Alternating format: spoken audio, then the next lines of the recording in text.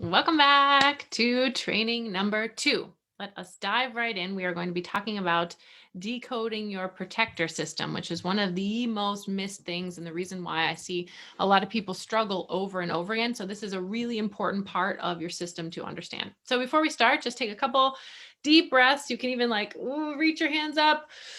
And as you exhale, just kind of drop them down and shake them out. And just for a moment, start to really bring your awareness inside. If you feel comfortable, you can close your eyes. And we're starting to really we're stepping over the threshold into the inner world where we're not just learning with our minds, but we are connected through all our different layers. So as your mind comes down, your awareness, almost like your eyeballs are little submarines coming down through the heart, throat, abdomen, all the way down. So your awareness is rooted in the pelvis, in the pelvic bowl. You might even just imagine that you can kind of walk around like there's a beautiful Tibetan singing bowl between that is your hips. And just taking a moment and breathing directly into that area, inhaling and exhaling as when the air comes in, you just imagine that it goes into the low abdomen, into the pelvic bowl. And as you exhale, any tension in the whole system can just flow right out. We're really setting an inner intention for pelvis to heart, heart to pelvis connection through a central channel of the body. And once you can sort of feel that, or just imagine that you do, from the pelvic bowl up through the central channel to the heart, and then keeping that in mind, noticing that there's also a connection from the heart to the center of the head. From the center of the head, straight down through the heart to the pelvis, really starting to be aware of our inner world at the same time as we're receiving this information. And just setting an intention, staying connected with your body, something like a laser beam thought of, I choose to receive and allow everything that I need to understand in this moment. I choose to receive and allow everything that is beneficial to me in this moment. I'm feeling a sense of gratitude for yourself that you are here in this moment. May this training be of great benefit to your deepest selves. Good. And keeping an eye on that inner world, like you can just build a little chi, give your face a little wash, tap your brain, get your brain on board, back of the neck, shoulders, chest, arms. All parts are awake and ready. So let us dive into today's training together. So last time we were talking all about the layers of the body. And let's put me over here. So we've talked about these layers of the body, that we have the mind, which is the thinking mind mostly. There's other layers, obviously, and that's the realm of thoughts and of meaning and many other things. And the biggest part is understanding this mind-body system, which has a lot of different components. And this is what we're going to go deep into today. We also have the deeper part, which we call our heart, which is not the physical heart, but more of the energetic, the soul aspect levels of ourselves, whatever we call that from our spiritual traditions, whether it's the great mystery, your divine spark, your higher self, that's that level of the body. So we're going to zoom in today on this aspect of the mind-body system, which is very key, remembering that the subtle body is the sum total of all of these layers, as well as an emphasis on how they are connecting to each other.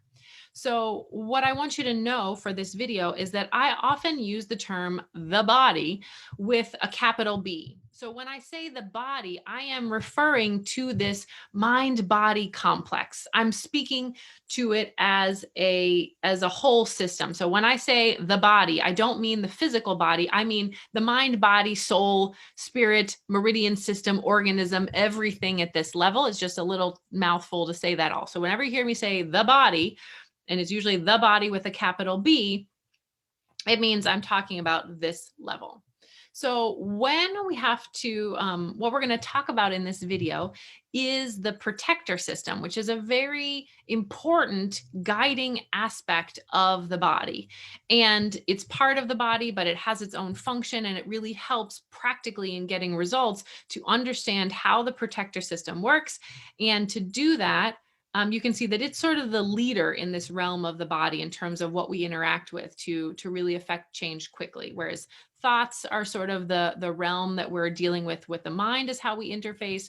We interface with the body a lot in the protector system, as well as the physical body. There's a lot of physical body interaction. So I can give that one a little circle in the next training. And then we're working more with our inner knowing when we're dealing with the heart. So let's first talk about the body, what the body is, and specifically what the body's priorities are. So what we're going to talk about as we decode the protector system, you're going to, by the end of this training, understand what the body is and its main priorities, how the protector system is an agent of the body, and how that works in a functional way. So when we talk about the body, the most important thing, if you take nothing away from this, all of these training videos, is that the body is the storage ground of trauma. The body is where trauma gets stored. So the mind is, yes, affected by trauma. And when I'm talking about trauma, I mean anything from trauma with a big T, the trauma that we're all familiar with in terms of like, that was a traumatic experience. I had an injury. I was abused. I was raped. I was assaulted. Those are all traumas with a capital T, overt abuse and assault and physical and mental emotional injury. But there are also little t traumas that are essentially any time that we were separated from the sense of safety. Anytime that we were separated from a sense of ourselves. And this can happen, anytime, especially in our family of origin. If we heard our parents say something, or there was some meaning or some comment about our worthiness and our okayness at a deep level, that creates a little t trauma that functionally acts very similar in this body level of the system. So that's important to know when I'm talking about trauma with a big T, trauma with a little t. The way that it kinks into the subtle body and disrupts the wiring of the system is very similar. So for the most part, we are dealing with them in the same ways. So the body is the storage ground of our trauma. And when I say the body, I mean the mind, body, meridian, subtle system, tissues, as well as physical body, as well as non-physical body. And if you are an empathic or energy healer or other things, you understand this. People, this is how, psychic shit works. It's in your field. Someone can say, oh, if you had this experience, or often a person will, people who are body workers who really have developed their therapeutic touch can touch a body and see that there's been injury or tightness there. So trauma leaves clues, and it is stored in this body-mind system.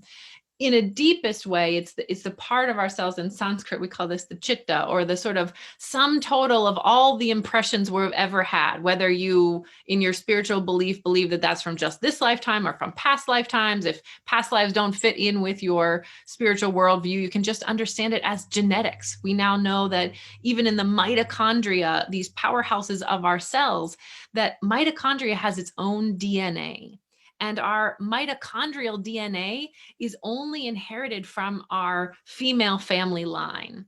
And even in the realm of epigenetics, we see that, what our ancestors had to deal with biologically and in their environment, and the trauma that they went through creates a change. This is what epigenetics sort of teaches us about, of you can have a certain genetic pattern, but what you experience in life, which can also be what you think in your mind and the patterns that you create, can turn on or activate those particular genes. So whether you look at it from the scientific genetic sort of past aspect, or whether you look at it from the past life aspect, what we know is that we are carrying trends from other times and places. So we're going to talk in training video 5 about how to how that generational trauma really works in that way and getting rid of energy that's not yours. So we'll go deep in that later. But I wanted you to have the larger context of that's sort of what we're talking about when we talk about the sum total of trauma getting trapped in the body. So that's an important thing to know. And when we get this mental understanding that the body is the storage ground of trauma, then what we naturally transition to doing is we understand that it's very logical that we have to fix the trauma at the level where it is stored. So we're going to talk in video 3 about really how to get to the source. But right now we're just saying that the source is in the body. So if a source is coming from somewhere, you have to go to where the source of it is to actually solve it. And this is why most people have an understanding that therapy and things that act on the mind level are helpful, again, for organizing the thoughts and for upgrading the thoughts to better versions of the thoughts. But the mind is not the origin or the storage ground of trauma. So trying to fix trauma at a mind level by changing mental understanding is never going to effectively completely release it from the system, and it's still going to keep those patterns ingrained because it's just not the level at where the trauma is being sourced and being stored. So that probably makes sense in a logical way. So what we do practically from knowing that the body mind wiring system is the storage ground of trauma, then what we do practically is we know that when something's coming up, we got to deal with it at the source. And this is why that sometimes people will have spontaneous activation of trauma from doing things like body work or from going to a sound healing where, the sound, gong baths and sound healing are affecting the mind body system. They're interacting with the elements. Or sometimes people will go to a massage. I remember having body work in my 20s, the first time I ever saw a Rolfer structural integration person. And he got into this place into my armpit, which I now know is the beginning of the heart meridian. And I just started bawling. I didn't even know about. I was having these visions of this, past relationship breakup. Now as an acupuncturist and many years later, I understand, wow, that was the heart channel where those things were stored. But the good news is that, you can affect things that way. But the problem that I find that runs into is that people will get their body release of trauma activated, but it's very spontaneous. It's not controlled. And sometimes that's very overwhelming. So if you are a healer and you do one of these modalities, I hope you won't feel too offended by the way that I talk about them along the way. Know that I'm very much in favor and a fan of lots of different things. I love me a good gong bath.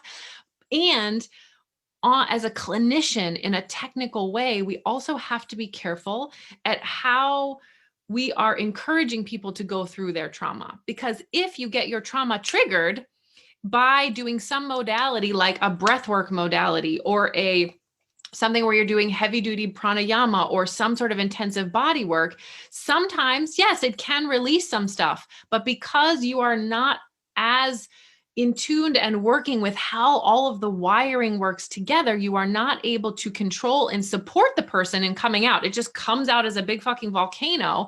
And that can be very overwhelming to experience. And it can in some ways create more trauma and activate the protector system in a way that becomes counterproductive to actually ultimately having a sustainable healing process. So what we want to think about next is to really understand the body's two main priorities. Your body, your mind-body system, which is separate from your mind, as we've already seen from these diagrams. Your body has two priorities, and I'm going to ask you to make a mind shift to really integrate this into your understanding. My body has two priorities. The first one is to keep you safe. This is pretty logical. If you go, your physical and energetic body are out. So your body really wants to keep you safe. Now, that could be keep you safe from running from a tiger in sort of our nervous system fight or flight type of activation. And it can also be creating sort of mental constructs. It can trying to prevent from those little T traumas and those big T traumas from ever happening again. So our body is trying to protect us on all levels. Sometimes it's helpful, and a lot of times it was helpful at the time, but the body works in a very straightforward in certain ways way. When an alarm switch, a protector system switch, we're going to talk about in a minute, gets turned on, that switch will stay active until it is approached, like I talked in the last training, until it's approached with all of those subtle body cylinders aligned to actually get down there and turn the switch off. So what that means practically is, even though you had this little T trauma when you were 5 years old, when the teacher shamed you in front of the class, your protector system said, shit, that was not safe. We do not want that ever to happen again. So we are never going to speak up in front of the class ever. That was good in the moment because you needed to be protected for something that was happening.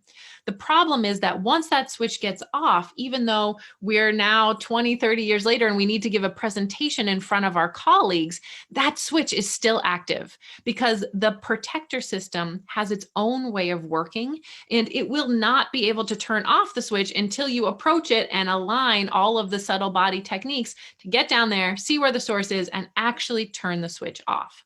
This is what happens when we start to do subtle body work and you have the step-by-step process of how to do it, because you'll notice that although you always were getting triggered in those convening years, whenever you had to speak in in front of someone, you'd have an external thing that triggered your internal system because that switch is on, and you will naturally feel that activation in your system. But when you actually turn that switch off, you can then go and stand in front of your colleagues and actually not feel activated. That's what we're really talking about when I say judge by results. So number one, the body's one of their first main jobs is to keep you safe. And sometimes the body's definition of safe is very outdated. This is where we run into trouble. Number two, the body's second priority is to manifest your unconscious needs. Now, I'm a practical practitioner, so I'm going to give you these mind shifts and then we'll talk about the practicality. The practicality, so manifesting your unconscious needs just means in a particular spiritual working hypothesis. So you don't have to take this as truth or the ultimate thing, but as a working hypothesis, I would offer to you that part of being a human being and living a human life is to get rid of all of the blocks that are in the way so that what is this inner soul aspect can truly shine and live out a human learning experience in a way that transcends the mind and suffering in order to be more whole with everything that is. So there's lots of different ways to say that. We're in Earth School, everything happens for a reason, everything is arising for my benefit, all of those things are possible. But when we think about that as being the agenda of the heart soul to really live our soul life, it uses the body. The body knows that you need to ultimately be free of whatever is in the way of your soul. So your body's job is partly to bring those things up to your attention. So pain in your body might be an opportunity that your body is trying to manifest an unconscious need for you to heal in a certain way. So the practical mind shift that I want you to make, the practical aspect to these mind shifts, is that whenever you feel something come up in the body, whether it's a scary sensation or whether it's pain or whether anything that happens in your physical body level, I want you to start to turn towards that, understanding that the body is bringing that up for your benefit. And practically, I want you to start to, this is just the very beginning technique, is to start to turn towards the body and whatever comes up in the body to just say, wow, thank you. Oh God, my knee's paining. Instead of saying, I'm sorry, that's Indian English. My knee is paining. My knee has so much pain in it. So if your knee starts to hurt, instead of saying, ugh, stupid knee, just stop, I'm going to take some of this. And instead of doing that, if you really understand that your body is trying to keep you safe and trying to give you messages and help you in some way, you can turn towards that pain and be like, wow, pain. Okay, cool. There's something going on there. It's painful, but thank you for bringing that to my attention. What do you need? So that phrase of like, body, what do you need, can be a helpful window to really start to make these mind shifts practical. Okay, so Let's kind of bring it all together by understanding the protector system more deeply. So remember that the protector system is like an agent of the body mind system. It exists in this area and it's really in charge of kind of doing some of the protection of the mind body system. So the protector system is that agent of the body that takes these understandings about old definitions about what's safe and what's not safe and creates body sensations and helps to act them out and helps to make sure that it keeps your actions and your habits in alignment with those old rules. Now, this is helpful when we have a healthy protector system. So this also integrates with the what we call in Chinese medicine the energy of the heart protector or the pericardium. So the aspect is like we want to have a healthy protector system which is very intelligent, is always sensing, is keeping an eye on this flow of outer stimulus to inner world, outer relationships to inner relationships. So, in a healthy way, when we have a healthy protector system and a healthy heart protector, we're able to have discernment about who is a good person to let into our lives and to have close relationships, and who is maybe not a good person to keep at a distance. Who is someone that is helpful to us, and who is someone who maybe has bad intentions or her behavior is likely to be harmful. Same thing for substances. Is this food going to be helpful for me and nourish me? Or is this something that maybe my body has an allergy or an intolerance to that I need to keep out? So just like we do that and as a biological organism of knowing what's safe to let in and what's going to be nourishing and what is not safe and keeping that out, we have that on an energetic body level with a protector system. The problem, and what I really want you to take away from this training, is the signs that your protector system is getting activated. Because one of the things that comes up the most is that when we start to do this, the step by step of mind, body, subtle body work and understanding, sometimes people will say, I don't know, Leslie, maybe it's just not working for me. Like when I try to even like connect with this part of my body or with the pelvis, like I can't do it. Or I was working with a client in a program the other day, and she said, "Yeah, I'm like, I was guiding her through our process, and she said, whoa, I just feel like it's like an 11 out of 10, and I just feel like, oh, I got to go do something else, or I gotta run." It's like a panic feeling that comes up in the body.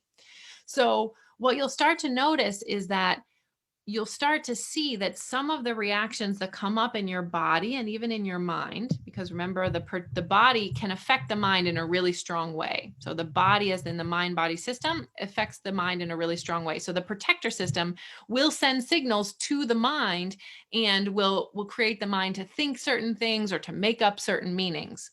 So I want you to be able to recognize some of the ways that the protector system shows up. Big one is resistance. So if you feel like, oh, I know I should do it, but I don't want to do it, that's often your protector system just trying to fog things out. Things like self-sabotage. I often hear people say, God, I want to do my healing work in the world, but I'm just not doing it. Or I have this dream of helping people in this way, or this is my goal for my career, or I know this relationship isn't right for me, but I'm too scared. I take 2 steps forward and then I take 4 steps back. So all of these things show me that there's a protector system activation where it's got some old rules that are still clicked on that we need to fix.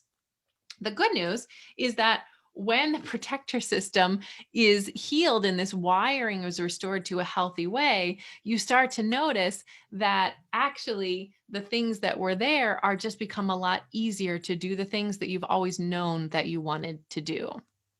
So, I've seen this over and over again in terms of people making huge strides in their businesses and their healing businesses and actually moving towards their ideal life. People who, go through my certification Body Wisdom Academy level training and they're like, wow, I didn't even see this coming, but now I've like up leveled my relationship and I attracted this person that I didn't even think could exist. I'm now just bought our dream home and made a move to a place that was really aligned with me. So when you start to get the protector systems overprotecting out of the way, you start to see the things that have already been in you at that soul level actually getting out to the outside world. So some other things that you might not recognize are protector systems. Mind spinning and repetitive thoughts. This is definitely a way that the protector system grabs a hold of the mind and keeps it spinning so that you can't focus on deeper things. Foggy mind, or I'll sometimes call it like the fog machines. People will start to do this work and be like, oh, I don't know. I just like, there's nothing there. I just sort of went blank or it disappeared. That is a sneaky protector system move. Getting distracted by busyness, feeling like, oh, I just got to go do these other things, or oh, I got to just, if you always feel like you have to keep yourself busy, that's an overactive protector system. Sometimes blaming, needing to blame other people, feeling despair or hopelessness. This is also a protector system ninja move to keep you essentially safe in the same place, even when that same place is really crappy. That's the thing to really know about the protector system, is that it's not logical, even though it would be technically better for you to get out of that crappy relationship or to actually, change jobs into something that you love. Even though technically your objective mind can know that that's good, if it violates something that the protector system experienced whenever and another time and place, it will perceive that as a huge threat and will not let you move forward until we really reestablish safety and connection with the protector system. Pain, to a certain extent, can be part of the protector system. I want to make it clear that this is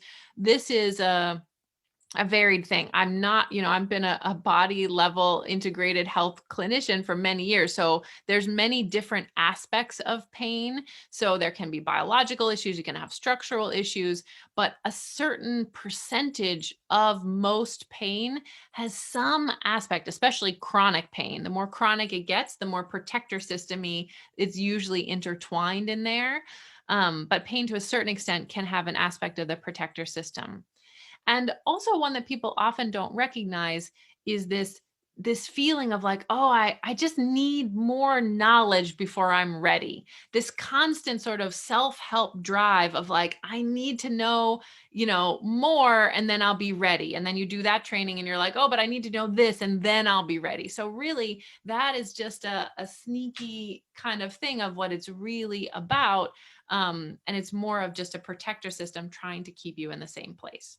So when we start to really understand the body's priorities and the protector system, we start to really understand what is really happening so that we can actually apply the right technique to the right part of the body instead of just messing around with the mind and, as they say, rearranging deck chairs on the Titanic.